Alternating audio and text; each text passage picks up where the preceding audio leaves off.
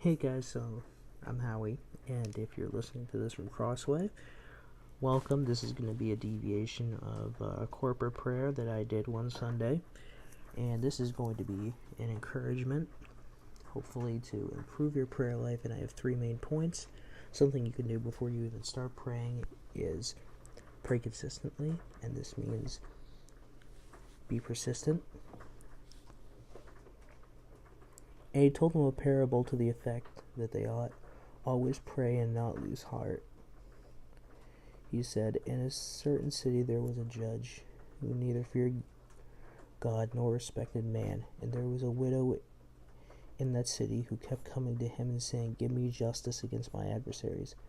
For a while he refused, but afterward he said to himself, "Though I neither fear God nor respect man, yet because this widow keeps bothering me, I will give her justice, so that she will not beat me down by her continual coming." Now this is a breathtaking parable because we see if this was a prayer, as long as you are praying for the same thing continuously, and as long as it's according to the Lord's will, that he will answer that prayer eventually. Second part of this is that God does justice to those who cry out day and night. And will not God give justice to his elect who cry to him day and night? Will he delay long over them? I tell you, he will give justice to them speedily. Nevertheless, when the Son of Man comes, will he find faith on earth? These 2 verses were Luke 18:1 through 5 and Luke 18:7 through 8. And this last verse was interesting. Not only will he answer your prayers if you cry to him day and night, but he will also answer them speedily. And as a bonus, think about that question. When the Son of Man comes, will he find faith on earth?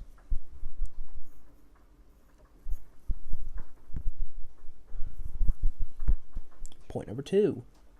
Remember who you're praying to. So, I asked a lot of people from Crossway, when you pray, what's something you wish you could work on? People say, I just wish that I could pray to God and not worry about people around me. So, pray to God, not man.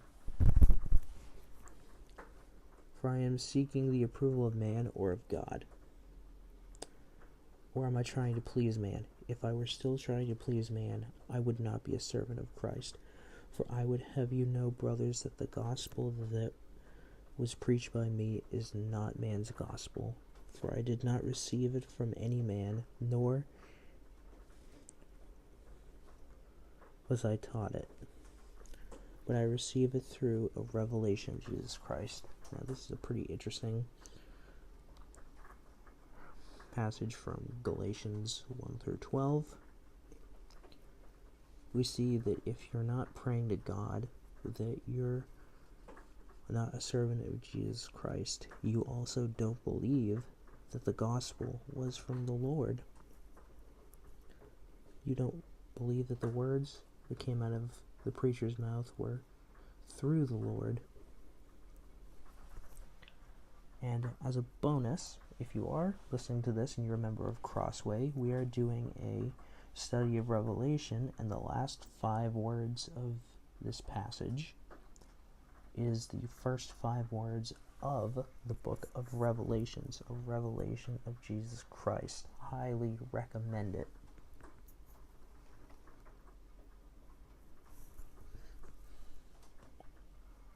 So that was something you can do during prayer. Here's something you do after prayer. Be like Elijah. And Elijah said to Ahab, "Go up and eat and drink, for there is a sound of rushing rain." So Ahab went up to eat and to drink.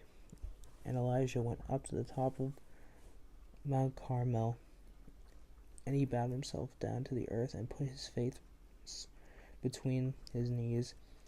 And he said to his servants, "Go up now, look toward the sea." And he went up and looked again and said, "There is nothing." And he said, "Go again 7 times."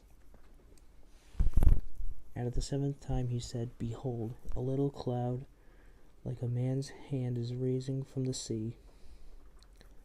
And he said, "Go up.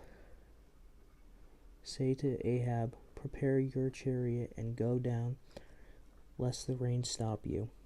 And in a little while the heavens grew black with clouds and wind, and there was great rain, and Ahab rode and went to Jezreel. And the hand of the Lord was on Elijah, and he gathered up his garment and ran before Ahab to the entrance of Jezreel. This is 1 Kings 18:41 through 46. Now, the interesting thing about this passage is we have to reference the passage before it, where Elijah prayed for priests to be eliminated, and the Lord did just that. He eliminated the Baal priest with fire, and instead of seeking his own glory, Elijah turns to the Lord and he prays for rain as well, and he waited upon God, and he was patient. And that's something that we can struggle with. We have to be patient, and the Lord will do his will, and it just may take a little while. So Elijah was still persistent even after prayer, going up not once, not twice, but 7 times, and eventually there was rain, and the Lord answered his prayer. So I hope this has helped you guys with your prayer life, and I hope that you guys enjoy this video.